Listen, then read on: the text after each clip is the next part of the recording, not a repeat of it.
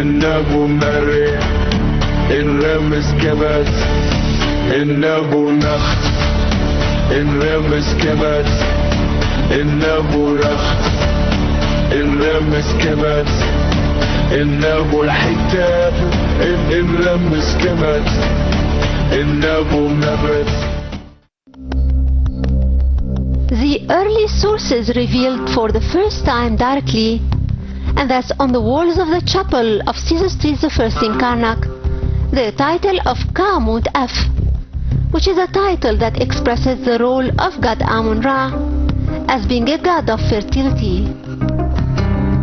The expression of Kemet F means the bull of his mother, while its meaning proves the great importance of the idea of fertility and regeneration of life and birth of the human, and in all factors of the universe of animals and plants.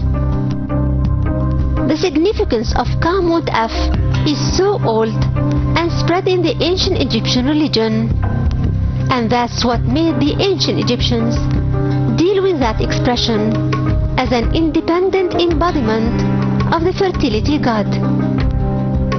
The Egyptians had expressed their thoughts about the relation that connects three generations of one divinity through what Amun does in his feast when he visits the octonary dwelling in Habu city each 10 days, and which expresses the three generations of Amun, and that happens through the concept of Kemet F. The texts of the 18th dynasty in Habu city tell that Amun's title is the father of fathers and the grandfather of the octonary. In addition to Amun the grandfather, who represents the first generation, the texts tell about a second generation of the same god, when Amun is impersonified in a serpent figure under the name of Irta, which means the earth creator. That serpent is described as the father of the octonary, which means that Amun in the figure of a serpent is the earth creator and the son of Amun, the grandfather, and the father of the octonary. It's noticed that the second generation of Amun conforms totally with the advantages and characteristics of God Betah Ta'tinin, or Betah the master of the two lands. God Amun took the form of a human whose head is topped by a crown composed of two vertical reeds. He has also appeared with a human body and a ram's head, for the ram was a sacred animal of God Amun. Sometimes he takes the shape of God Min, the god of fertility, and in other times he appears in the geese form. His cult started in Armand and flourished in Thebes. He was mentioned in the pyramid texts as an eternal god, for he was connected with the octonary of El Ashmonean. His cult has extended to include the whole Egyptian land, being a state god. He was also associated with god Zeus of Greece. A merge has happened between Amun and Ra, starting from the 11th dynasty. This has appeared for the first time on the stele of King Entef Wa'an, or Entef II. He was also mentioned in more than a place in the reliefs of the temple of King Montuhotep II, Nebhebet Ra, to earn the adjectives of Ra and his powerful position amongst people, and to have himself accepted and his nature as being Ra is understood. As a sun god, it was difficult for people to understand the meanings of hidden and absence and ambiguousness which his name symbolizes. Frankfurt suggests that the reason behind the merge between Ra and Amun is due to the nature of Amun as a god of air. For the creative power in air and the sun is the same, and that elevating Amun-Ra to the stage of the greater god Ra was on the basis that there isn't a force or a power in the universe that can match merging the sun with the air. Nevertheless, the adjective of Ammon as a god of air wasn't related to him until the New Kingdom era.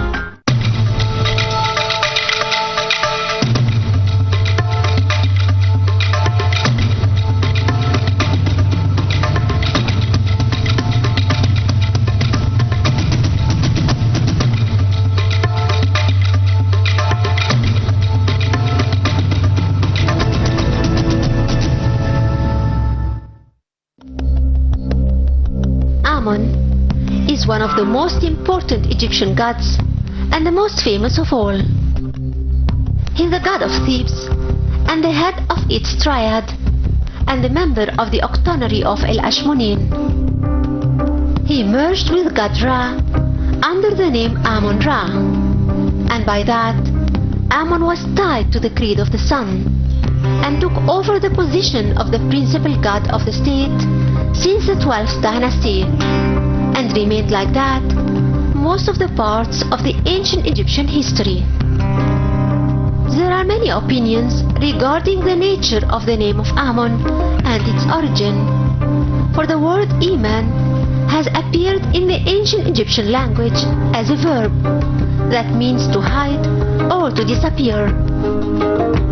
The word Iman has come also as an adjective to mean the hidden or the secretive or the absent. It was written mostly in the same way the verb was written. The word Iman was used in the Old Kingdom era as an adjective meaning the right or the western, and also points to the right side, considering the word is a name. God Ammon has derived his name from the adjective of the invisible, which expresses the nature thus embodied in his role as one of the members of the octonary of El-Ashmonin for the first time, and that's according to what was mentioned in the Pyramids texts. The name of Ammon has appeared for the first time in the time of the Middle Kingdom on two panels from the 11th dynasty. One of them was found in the tomb of King Entefa in the area of El Gorna as the word Ber Ammon, which means the house or temple of Ammon. As for the second stele, which belongs to King Entef-Wa-Hanch or Entef II, a chant was recorded on it and directed to Goddess Hathor and God Ammon. The stela was found in the cemetery of Dera Abul Naga and is kept today in the Metropolitan Museum in New York. Goddess Sekhmet was called the Great Sekhmet, the Lady of the Two Lands, or Sekhmetat Nebet-Tawi. The two lands are the north and the south of Egypt. The word Sekhmet means the powerful, and it coincides with the nature of the goddess in her vicious and vengeful nature. This goddess appears in the form of a lioness, or a female with the head of the lioness. Her head is topped with a sun disk and the cobra and the wig. Sekhmet wears a tight dress colored mostly in red. This reflects her nature, so she was called the Lady of the Red Stripes, which may indicate her nature as a goddess of Lower Egypt, or maybe a fighter goddess. In spite of the fact that Memphis is the center of her main cult, as she was worshipped as a member of the triad of Memphis with Ptah and Nefertum, yet she enjoyed having many temples in many other places. She owns a chapel in Abu Sir and had appeared in many of the reliefs of the temples of the Greek-Roman period. Queen Hatshepsut has built a temple for Sekhmet in El-Minya Governorate, and it is said that it is the one dedicated to Bakhet, who is also represented as a lioness and worshipped in Middle Egypt, and connected with royalty and some deities. She was mentioned in the coffin's texts as the night hunter with the sharp claws. The difference between her and Sekhmet is that she was worshipped only within the area surrounding it in Bani Hassan in Al-Minya. There is a temple consecrated for her in her image of Sekhmet Hathor in Qom al-Hisn in the western delta. Many of the segments of texts and spells point that she had enjoyed an important role in curing with magic, being a healing goddess whose name is the Powerful.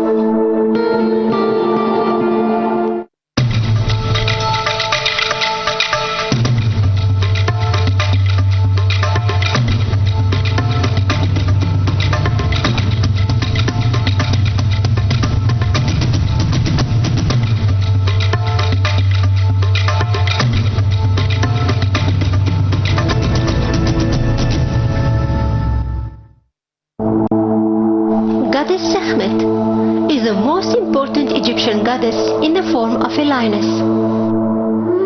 Naturally, she joins between her evil, vengeful, destroying nature and her good nature as a goddess of protection and healing. She is wife of Ptah in the triad of Memphis, which is composed of Sekhmet, Ptah and Nefertum. She is a daughter of God Ra, and his eye which attacks the hostile forces, for she is one of the most important goddesses which embodies the eye of the sun god Ra. According to the religious mythologies, God Ra sent his eye, goddess Sekhmet or Hathor, to punish the revolutionists and the revolt against him who were humans. This happened after he got old. After consulting with the innate gods, he decided to distract humans by sending his eye to do this lethal task. That was before he decided eventually to spare them and find a means for preventing Sekhmet from annihilating them after she had set her mind on it. Goddess Sekhmet was connected strongly with Goddess Hathor through that role.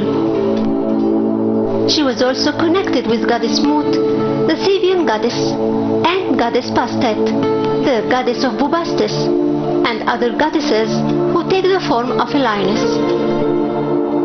Goddess Sekhmet was a protective goddess of kings in their wars, and got some more titles accordingly. This connection may depend on her blowing fire into the faces of her enemies.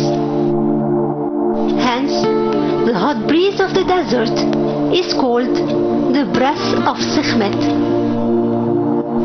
Sekhmet was also connected with the epidemic. The epidemic was also known as the messenger of Sekhmet. She has played a role as a protector of the king and his mother. She was also connected with healing and thus got the name Sekhmet, the Lady of Life.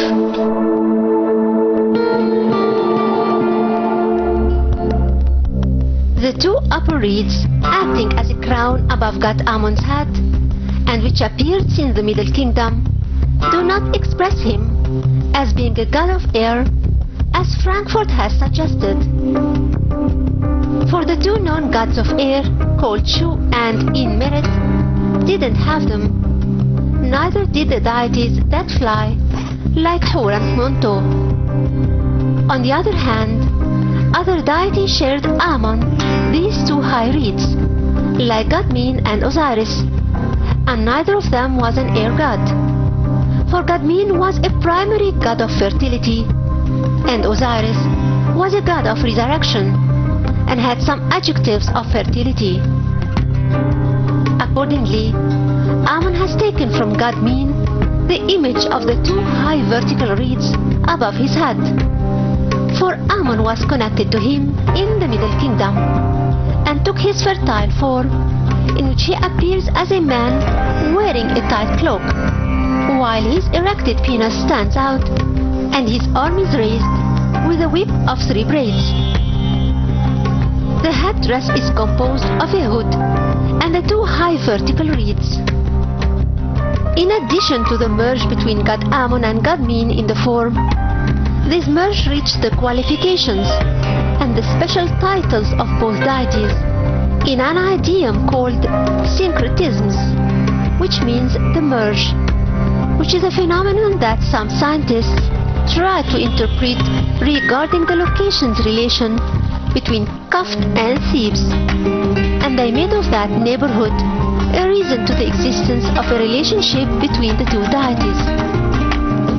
On the other hand, the priests of the new god Ammon wanted to apply some cosmic characteristics to the local god to qualify him to carry on the role of the formal god of the country, and that was with the beginning of the Middle Kingdom.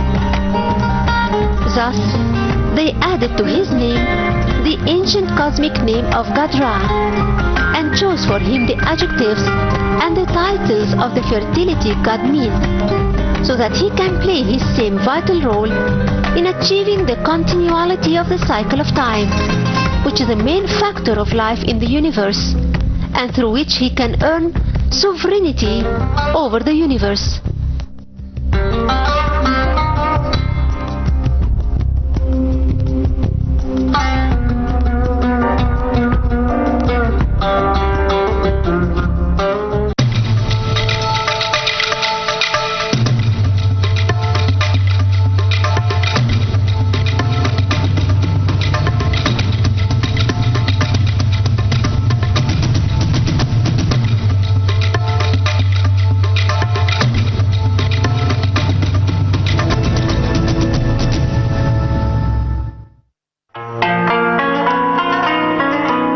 Goddess Hathor was one of the most important Egyptian goddesses and the utmost prevailing one.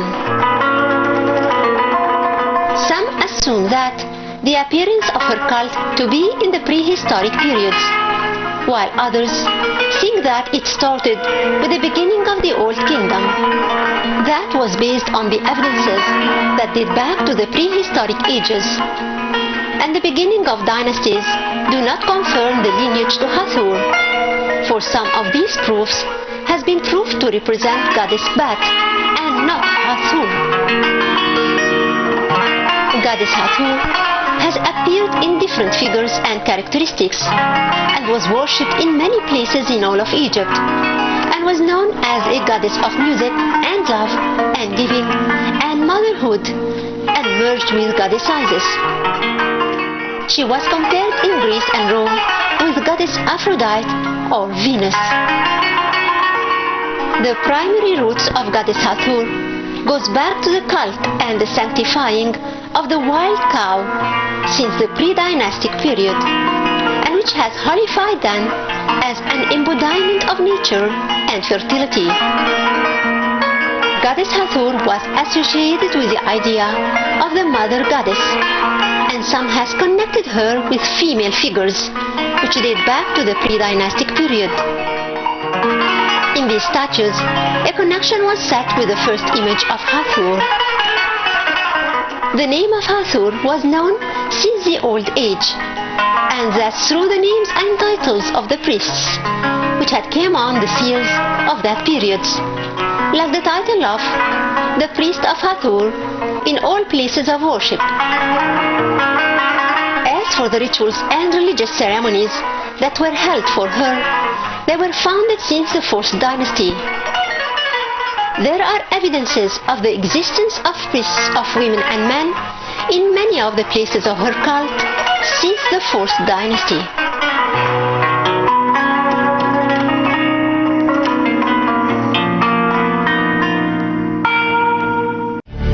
إنه مريح الرمز كبس إنه نخ الرمز كبس إنه رخ الرمز كبس إنه الحتاب الرمز كبس إنه نبت